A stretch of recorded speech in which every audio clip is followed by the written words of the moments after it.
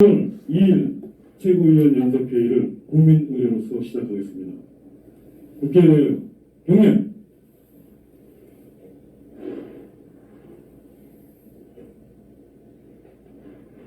바로 순국선언 후국영령 태극기 애국열사에 대한 묵념을 올리겠습니다. 1등 묵념.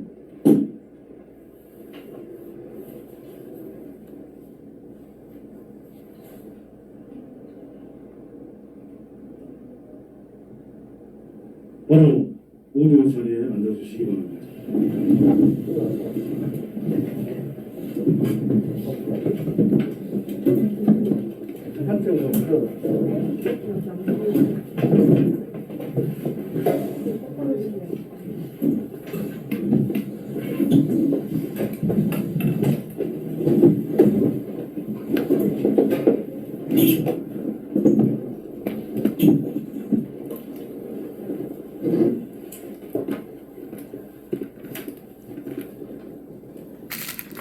반갑습니다. 11월 2일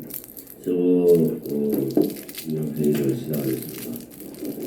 박근혜 대통령께서 복중투쟁 1313일째입니다.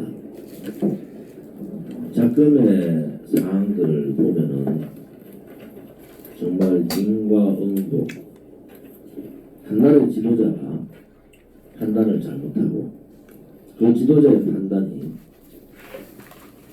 나라의 큰 재앙으로 다가오는 이러한 상황을 우리는 탄핵해 봤습니다.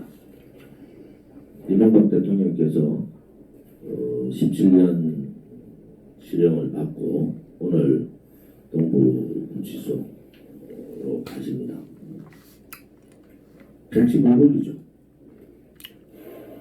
또 이 전직 대통령에 대한 보수파에 대한 좌파들의 안전적 행위를 볼 수가 있습니다. 그렇지만 이명박 대통령께서 일국의 위대한 대한민국의 대통령을 했던 분의 처신으로 와서 탄핵 정부에서의 행위는 대단히 잘못된 것이다. 그 당시에 소위 친이계라고 생각하는 사람들의 책임이 이 좌파 독재 정권이 벌어지는 이 상황에서 우리는 돌이켜볼 필요가 있습니다. 그러면 아직도 탄핵의 잘못이 또 그들의 배신 안 자유민주 체제의 행위가 얼마나 국가의 재앙을 가져왔는가. 좌파 독재를 뛰어넘어서 파시즘까지 만들어주는 그러한 엄청난 잘못을 한 겁니다. 탄핵 2016년 그 겨울을 생각하면 정말로 대한민국의 지도자들이 정치를 한다는 사람들이 국가와 민족을 위해서 하는 건지 그렇지 않으면 개인적인 계급, 개인적인 이익을 위해서 한 건지 나라를 망하게 하는데도 내각제를 주장하고 내각제만이 대한민국을 살릴 수 있다고 생각하는 세력들을 생각하면 지도자의 능력이나 통찰력이나 미래에 대한 확신이나 이런 것이 얼마나 중요한가 하는 생각을 해봅니다. 정치는 함부로 하는 것이 아니다라는 뼈저린 교훈을 우리한테 줬습니다. 요즘 서울시장 후보, 부산시장 후보가 거론되고 있고 대통령 후보까지 거론되고 있습니다. 과연 그런 많은 사람들이 정말로 국가를 위해서, 국민을 위해서 올바르게 할 수 있는가? 주변의 부추김에 흔들리고 있지 않는가? 자기 자신을 돌이켜보고 확신을 가질 때 그때 큰 일을 할 수 있다고 봅니다.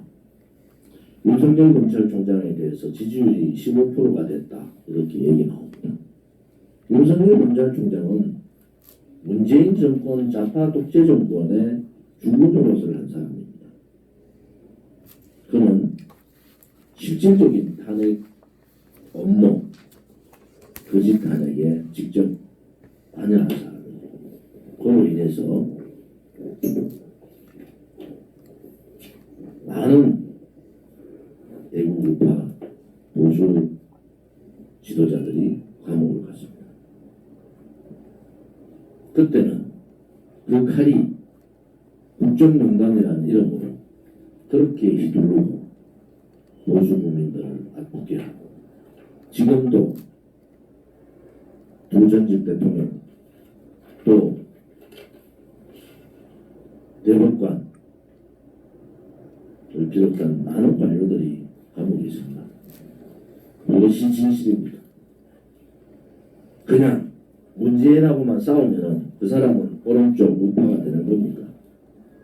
그냥 문재인하고 탄압받고 문재인한테 대해서 아직도 대통령의 지시사항을 얘기하는 그런 사람이 보수 우파의 지도자가 될 수 있다고 봅니다. 그래서 우리 보수는 망하는 겁니다. 아직도 인물 중심으로 이 문재인 좌파 독재 정권, 파쇼 정권과 하나의 인물이 메시아같이 대한민국을 구해줄 거다라는 착각에서 우리 공화당은 대한애국당 창당 전부터 이미 인물 중심의 정치는 이제는 끝났다, 이렇게 선언을 하고 정치개혁을 시작한 겁니다. 정치개혁이라는 것은 국민들, 민초들의 분노에서 나오는 겁니다. 더 이상 이 정치의 부정부패, 정치의 무능력, 정치의 반애국적 행위, 정치의 반대한민국 헌법적 가치, 이러한 부분을 보고 그거의 모든 결정체가 박근혜 대통령의 불법 탄핵입니다. 그걸 보고 분노한 민초들이 이제는 정치를 혁명적으로 바꿔보자, 정당도 혁명적으로 바꿔보자, 인물 위주의 정당이 아니라 민초들이 만든 국민을 중심으로 하는 정당, 정치인도 이제는 부정부패, 무능하고 이념도 갖춰지지 않으면서 보수의 정치를 내세우고 있는 이러한 정치인들도 혁명적으로 교체해보자 하는 것이 대한애국당의 정신이었고 우리 공화당의 정신이고 우리가 가고자 하는 목표가 되기도 합니다. 우리 공화당은 그렇게 4년 차에 들어갔습니다. 아무튼 많은 어려움이 있었습니다만 제가 경남, 대구, 경북, 울산을 3일 동안 다니면서 느낀 점은 우리 공화당의 동지들의 애당심과 애국심이 정말 감동적이다. 그들의 피눈물 나는 투쟁사는 우리 스스로 당 대표님 저부터 고개를 숙이게 하고 그분들한테 감사하다는 표현을 넘어서 정말로 그분들을 존경하게 됩니다. 우리 공화당의 가치는 당대표부터 일반 당원 한 사람까지 모든 분들이 애당심과 애국심, 정의감으로 똘똘 뭉쳐있다, 이렇게 봅니다. 그래서 우리 당 지도부 사전 회의에서도 오늘 얘기했지만 우리가 좀 더 각성하고 좀 더 당원들을 받드는 그러한 모습들이 필요하겠다라는 말씀을 드립니다. 우리 공화당은 이제 개인에 의한 정치가 아니라 민초들에 의한 정치, 또 오른쪽 우파의 이념 정당으로 갈 겁니다. 그렇게 갈 거로 저는 믿고 있습니다. 홍준표 의원이 요즘 이런저런 얘기를 합니다. 일견 우리 공화당하고 같은 입장을 많이 발표를 하고 있어요. 하는데 원죄를 스스로 석고대죄하지 않고는 홍준표라는 사람을 용서할 수가 없습니다. 내일은 박근혜 대통령 1심을 앞두고 반인륜적 행위로 유석춘의 꼭두가시를 앞세워서 박근혜 대통령을 탈당시킨 홍준표의 원죄의 날입니다. 이 부분에 대한 석고대죄와 이번에 대한 박근혜 대통령에 대한 사죄가 없으면은 홍준표는 우리 공화당과 같은 얘기를 하지만은 본심이 아닌 걸로 우리는 봅니다. 홍준표의 말장난에 얼마나 많은 보수우파 국민들이 울었습니까? 우리 공화당이 그렇게 대한애국당 당시에 1심 재판을 마치고 탈당을 하더라도 출당을 시키더라도 시켜야 된다 이렇게 주장했음에도 불구하고 그는 모멸차게 박근혜 대통령을 출당시켜버렸습니다. 그래서 홍준표가 잘 됐습니까? 그래서 이명박이 잘 되고 그래서 윤석열이가 잘 되고 그래서 홍준표가 잘 됐습니까? 탄핵의 강은 그렇게 건너는 것이 아닙니다. 탄핵의 진실과 정의를 밝히고 탄핵이 잘못됐다는 것을 분명하게 밝히는 것이 보수 전체가 하나 되고 또 모든 선거에서 승리할 수 있는 유일한 방법이다라는 말씀을 드리겠습니다. 요즘도 반문연대 많이 들어봤던 얘기예요. 김무성이 항상 무슨 반문연대 빅텐트 이렇게 얘기합니다. 폭력투쟁 한 번 하지 않고 오로지 태극기 만들고 4년 가까이 탄핵무효와 문재인 장파 독재 정권과 싸우고 있는 우리 공화당을 극우로 온 자들이 또다시 반문연대를 얘기합니다. 박근혜 대통령의 탄핵에 대해서 얘기하지 않는 자들 그들과 우리 공화당은 같이 할 수가 없습니다. 부정선거 지금 주장하고 있는 블랙시 쪽도 마찬가지입니다.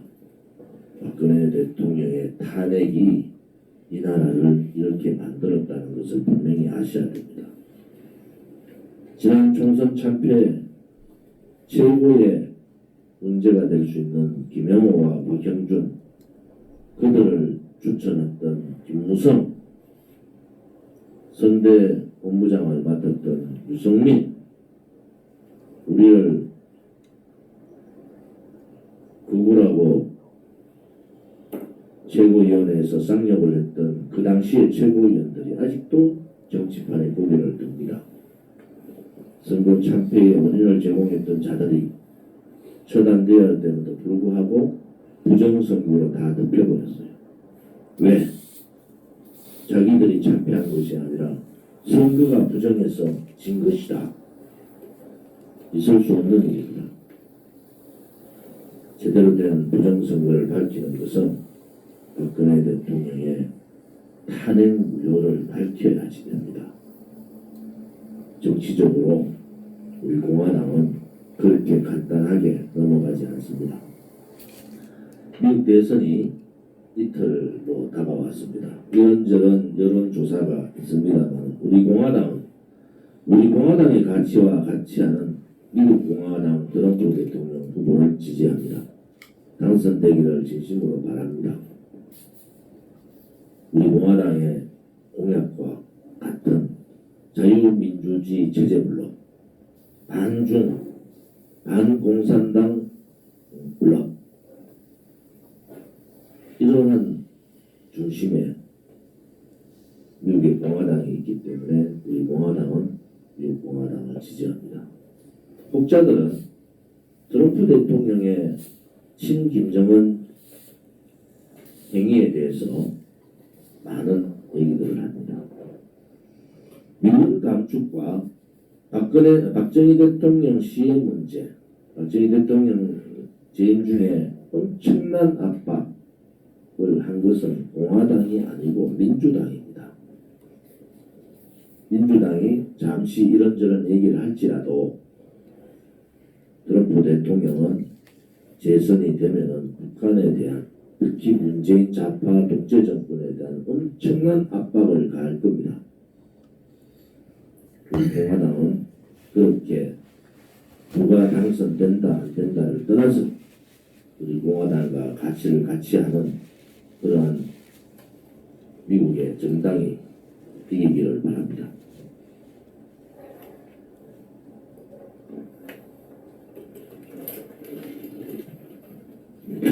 대표님께서 말씀하셨듯이 미국 대선이 이제 이틀 앞으로 다가오고 있습니다.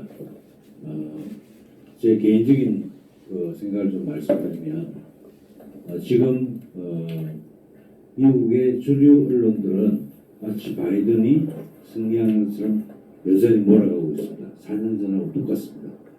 다만 2016년 당시에 트럼프 대통령의 당선을 예측했던 그 여론조사 기관들도 지금은 여전히 트럼프 대통령의 당선을 예측하고 있고 또 그 당시에 힐러리 클린턴 후보가 당선된다고 예측했던 그런 여론조사 기관 가운데도 일부는 지금 트럼프 대통령의 당선이 유력하다 이렇게 보도를 하고 있습니다.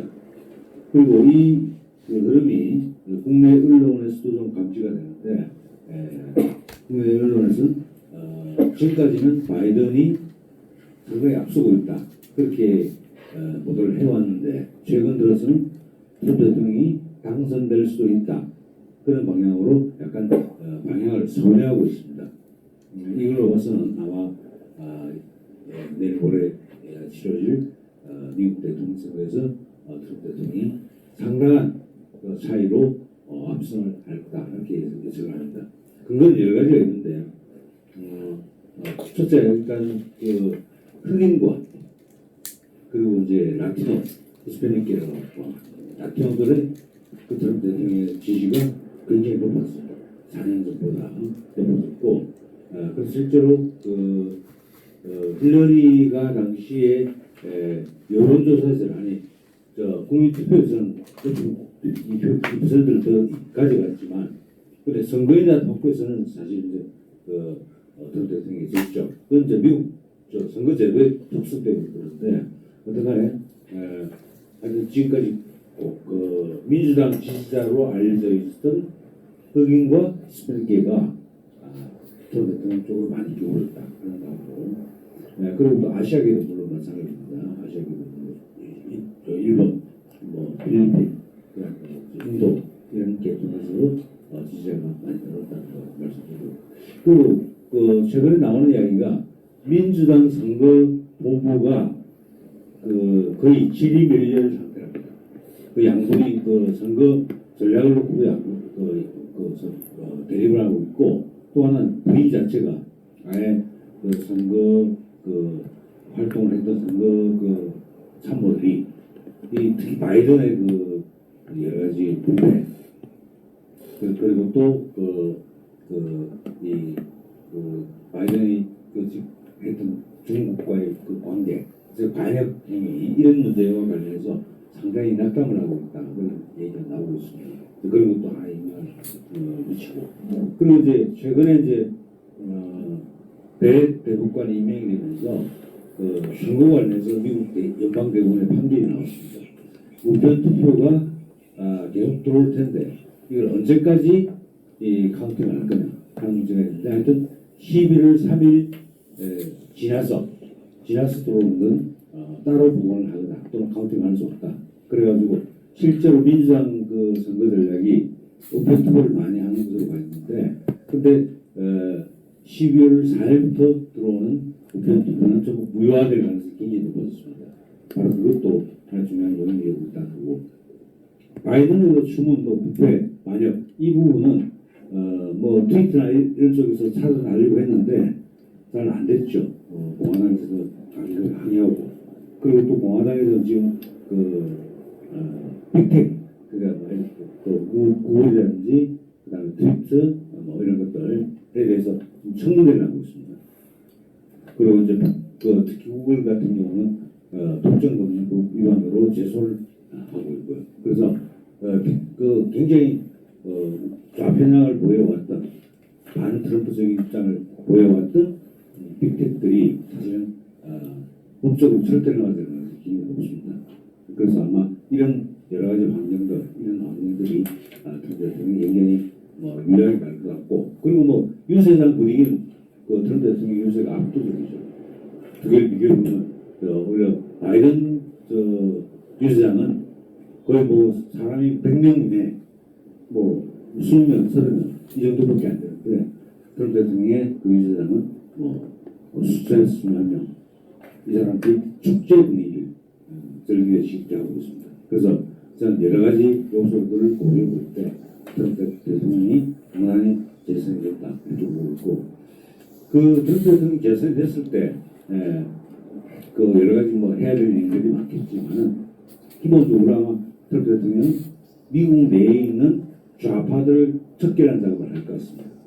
특히 이제 BLM 폭동, 이 BLM 폭동을 주도했던 단체들이 중국의 자금을 받아가지고 했다는 증거가 속속 드러나고 있는데, 그래서 중국의 자금을 받아서 폭동을 일으켰던 그 세력들을 일단 단죄하는 이런 작업이 들어갈 것 같고, 그리고 아까 말씀드렸다시피 빅텍을 포함해서 주류 언론들이 중국 자금이나 또는 여러 가지 형태의 변칙적인 그런 지원을 받았던 부분에 대해서 조사에 들어갈 것 같고, 또 이제 학계라든지 언론계, 그리고 이제 정계, 이게 침투해 있는 이 중국 자금을 받았던 이 세력들을 아마 단죄하는 작업, 이게 지금 FBI에서 하고 있는데 그 작업이 본격화될 것 같다, 그렇게 보고 있습니다.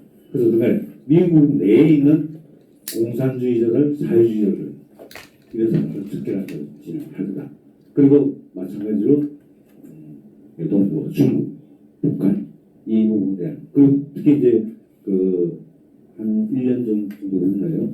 그때 미국 정부의 공식 표현이 그전에는 대한민국 정부라고 했는데, 그때부터 뭐냐면 노무현 정부라고 해가지고 대한민국과 문재인 정부라고 해서 분리시키기 시작했습니다. 대한민국 정부가 아니고 그냥 문재인 정부다 이렇게 표현을 했는데, 대한민국 국민과 문재인 정권을 분리시키는 작업을 진행시키면서 아마 동시에 문재인 정권을 끌어내리는 방향으로, 약화시키는 방향으로, 이런 방향으로 여러 가지 활동이 진행될 거다 이렇게 봅니다. 그래서 트럼프 대통령의 당선은 하여튼 공산주의를 지구상에서 쓸어내야겠다라고 하는 트럼프 대통령의 그 뜻이 미국 국내뿐만 아니라 동아시아 지역에서 저는 치밀하게 그리고 지속적으로 전개될 것이다 이렇게 생각을 합니다.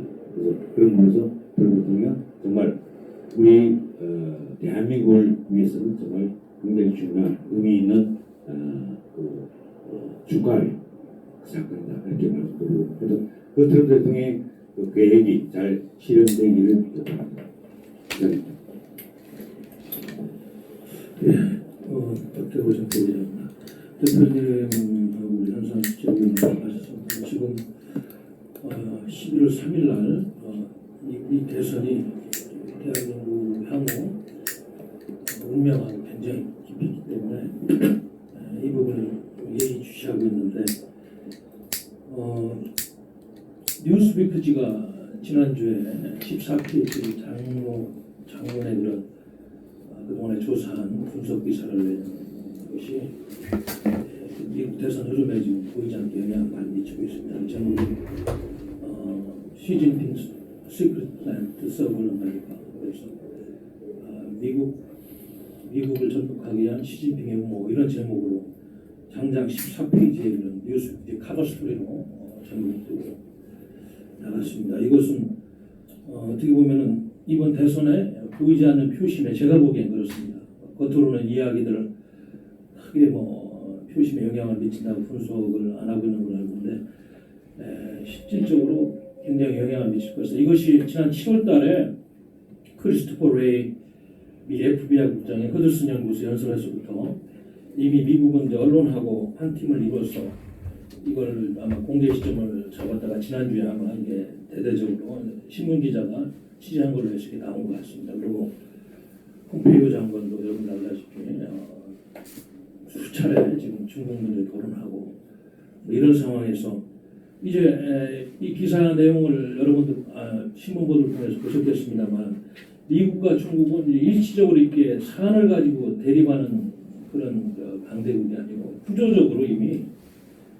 구조적으로 상당히 중국 공산당이 미국 사회를 전복하기 위한 그동안의 아주 치밀한 공작에 대해서 너무 많은 증거와 결과들이 나왔다. 간첩 사건, 또 스타트업 스파이 사건 5,000건 중에서 중국 공산당과 관련된 것이 2,500건이다. 이런 데이터에서 알 수 있듯이 굉장한 지금 국제 정치 판이 바뀌고 있는 이런 상황입니다. 그런데 이 시점에서 문재인 주사파 정권이 정말 잘해야 되는데 이렇게 판이 바뀌고 있는데 아직도 탈미 친중 노선에서 움직이지 않고 여전히 미국 인사들 만나서는 속마음을 숨기고 형식적으로 이야기하고 이수혁이라든지 문재인이라든지 망언들이 계신다 보니까 지금 폼페이오 장관이 아시아 순방 2번이나 있었습니다만 일부러 한국을 안 오고 있잖아요. 아니 와서 이야기할 값어치를 못 느끼는 거예요. 왜냐하면 얘기해봤자 속마음을 솔직하게 대화하는 분위기도 안 되고 별 의미가 없다고 판단. 그리고 이렇게까지 지금 되고 있는 상황에서 미국에 대해서는 굉장히 중요하다. 제가 어제 CNN을 거기는 좀 야권 성향의 언론인데 CNN이 좀 보도가 잘 되니까 좀 분석을 해보니까 CNN도 이제 어제 밤까지는 상당히 좀 각축하는 걸로 보도를 하고 있더라고요.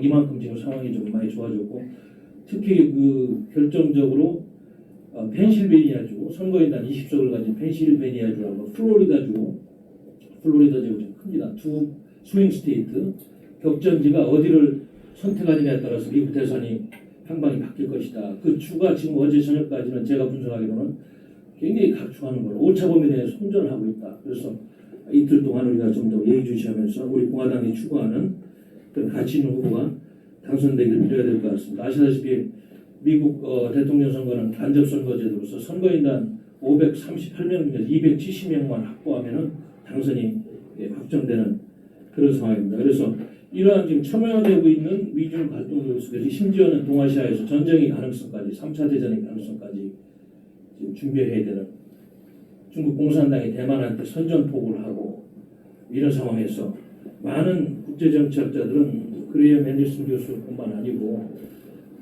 문재인 정권이 강력한 한미동맹 기반을 우방과의 군사협력 체제를 약화시키기 때문에 만약에 시진핑이가 국내 정치를 타개하고 지금 뭐 암살 없는 모를 비롯해서 국내에 상당히 어려운 입지를 타개하기 위해서 전쟁을 한다면 한반도가 될 것이다.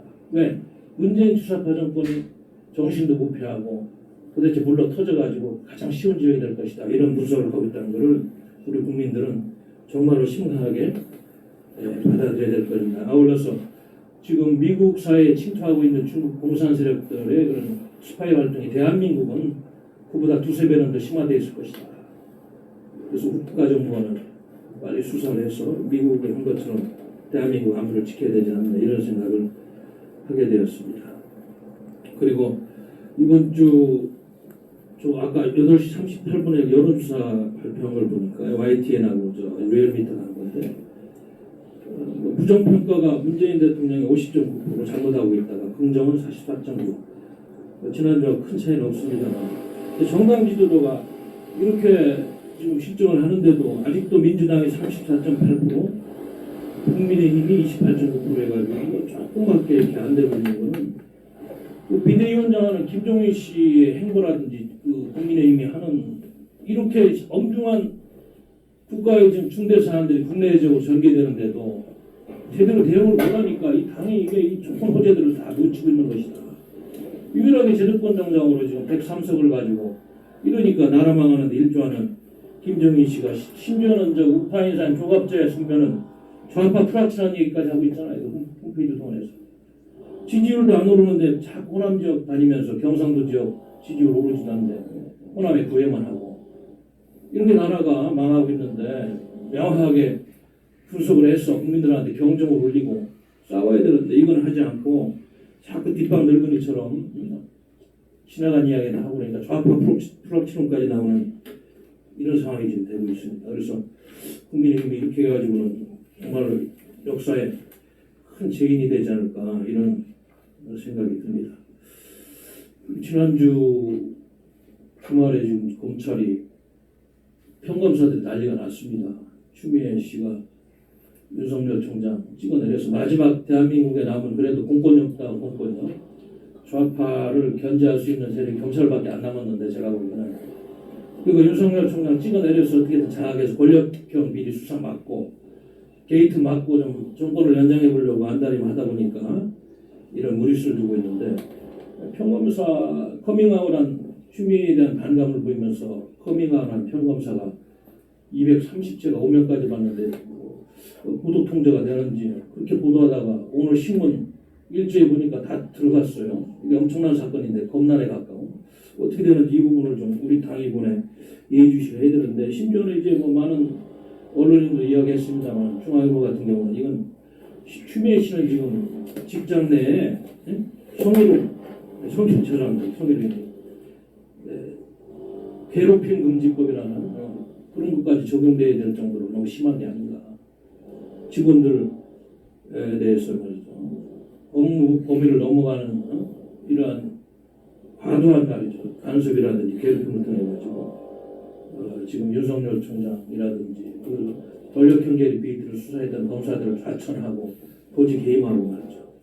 이런 지금 정의까지 나오는 상황입니다. 여기 좀 제가 찾아보니까 괴롭힘 방지법은 뭐냐면 직장 내 괴롭힘을 사용자 또는 근로자가 직장에서의 지위 또는 관계 등의 우위를 이용하여 업무상 적정 범위를 넘어 다른 근로자에게 신체적, 정신적 고통을 주거나 근무 환경을 악화시키는 행위다. 그래서 충분히 이 법으로 고발해도 뭐 하법부가 양심이 살아있다면은 추미애 씨는 이런 행위에 대해서 책임을 져야 되지 않는가. 여기까지 지금 참 대한민국 사법부가 대법 검찰 다 무너지고 있는 속에서 상당히 안타깝다는 말씀드리겠습니다.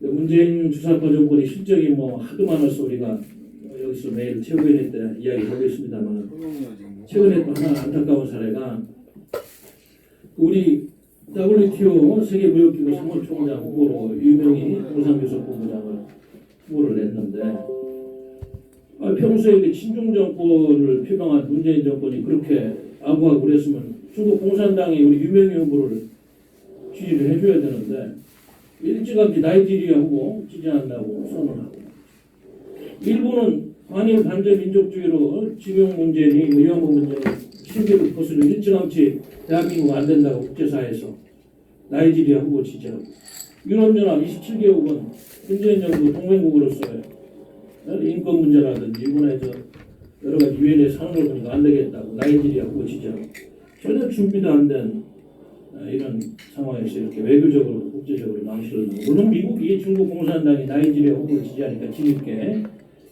유명희 후보를 지지한다고 잠깐 이야기했습니다만 이미 제가 보기에는 좀 늦은 것 같습니다. 그래서 뭐 90개국한테 친서 보내고 전화했다는데 외교는 그렇게 되는 게 아니죠. 평상시에 신뢰감을 가지고 행동과 말이 일치하고 가치가 일치하는 대한민국 헌법을 지키는 대통령이 돼야지 평가도 받고 지지받고 그러지 후보는 상당히 훌륭한데 제가 보기에는 외교를 실패했기 때문에 이것도 지금 유명희 후보가 개인적으로 피해를 보는 게 아닌가. 그래서 WTO 회원국 164개국 가운데 제가 파악으로는 한 97, 8개국 이미 나이지리아 후보를 지지하는 걸로 해서 탈세가 끝난 게 아닌가 이런 생각이 듭니다.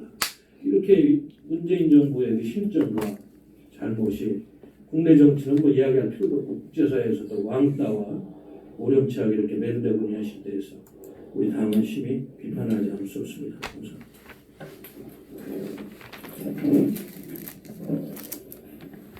한 시간 좀 넘게 전에 민주당이 서울, 부산, 모선에 공천하겠다라고 확정을 했습니다. 전 당원 투표를 통해서 86% 찬성표를 얻어서 당원을 개정을 하겠다는 것입니다. 민주당 당원은 본래는 당 소속 선출직 공직자의 중대한 잘못으로 재보궐선거를 실시하게 된 경우 해당 선거구에 후보자를 추천하지 않는다라고 규정하고 있습니다. 이것을 문재인이가 당대표를 할 때 정한 당원, 정치개혁을 핑계로 정한 당원이고, 이것을 지금 오늘 무너뜨리는 것이 문재인의 당 더불어민주당입니다. 박원순 전 서울시장, 오거돈 전 부산시장 다 성추문으로 자리를 죽거나 사퇴해서 비우게 된 서울시장 보선, 부산시장 보선입니다.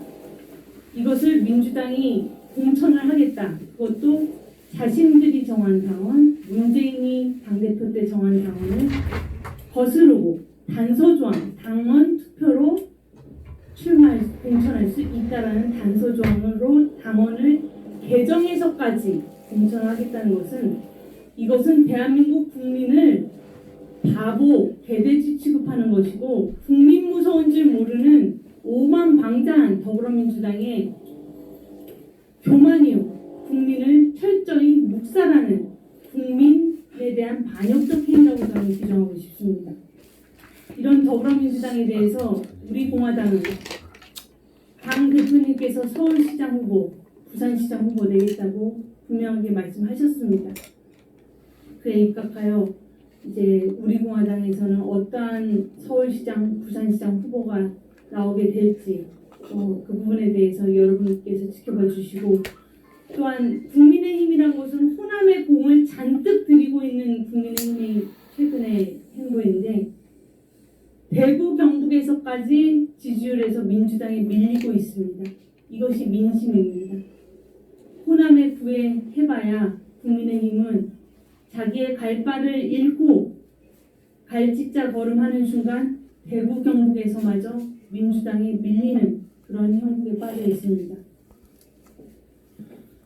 트럼프 대통령은 대선을 바로 코앞에 앞둔 상황에서도 나이지리아에 억류되어 있던 미국인 자국민 인질을 구하기 위해 해군을 통해서, 그들의 특수 부대를 통해서 급습해서 구출을 해냈습니다. 자국민을 구출을 해냈습니다. 대한민국에서는 30일 북한이 대한민국 공무원 피살 사건에 대해서 자기들의 책임이 아니라는 말을 했습니다.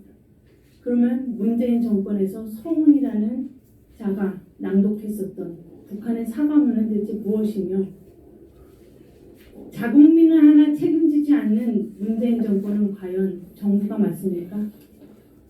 김정은 편지라면서 김정은이 사과했다라고 호들갑 떨던 사람들은 부끄러운 줄 알아야 합니다. 문재인 정권의 거짓 평화쇼, 사회주의와 위한 거짓말, 자국민의 죽음은 나 몰라라 하는 문재인 정권은 곧 끝장이 날 것입니다. 우리 공화당 향후의 행보에 대해서 걱정도 많이 하시고, 또 염려도 많이 하시고, 동시에 또 후원도 많이 하시는 우리 공화당 당원님들, 정당에 대해서 생각해 봤을 때 정당이 무엇하는 곳이니까 국민의 정치적 의사를 형성시켜서 공직선거에 훌륭한 후보를 내는 그러한 곳이 정당입니다. 시민단체, 그냥 뭐 이슈를 관철시키기 위한 시민단체가 아니라 우리 공화당은 정당입니다. 정당으로서 정책, 국민들의 정치적 의사에 부합하는 훌륭한 정책, 그리고 공직선거에 추천받을 수 있는 훌륭한 인재, 정책과 인재가 넘치는 그런 우리 공화당이 될 수 있도록 우리 공화당 지도부 그리고 당원님들 서로 합심하여서 우리 공화당이 잘 순항해서 여러분의 정당, 우리들의 정당, 국민의 정당이 잘 될 수 있도록 함께해 주실 것을 간곡하게 부탁드립니다. 이상입니다.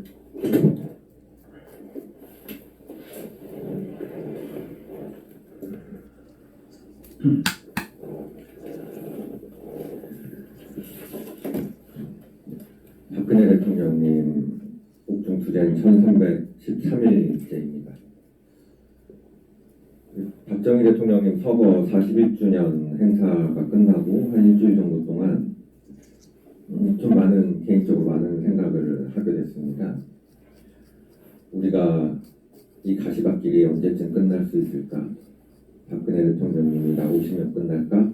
아니면 또 다른 박근혜 대통령님이 나오시고 난 이후에는 또 다른 가시밭길이 펼쳐지게 될까라는 생각들을 하면서 보냈는데, 이렇게 일이 복잡하고 무엇이든 꼬였다라고 생각을 할 때는 우리가 왜 투쟁을 하는가 더 생각을 해봐야 된다고 생각을 합니다.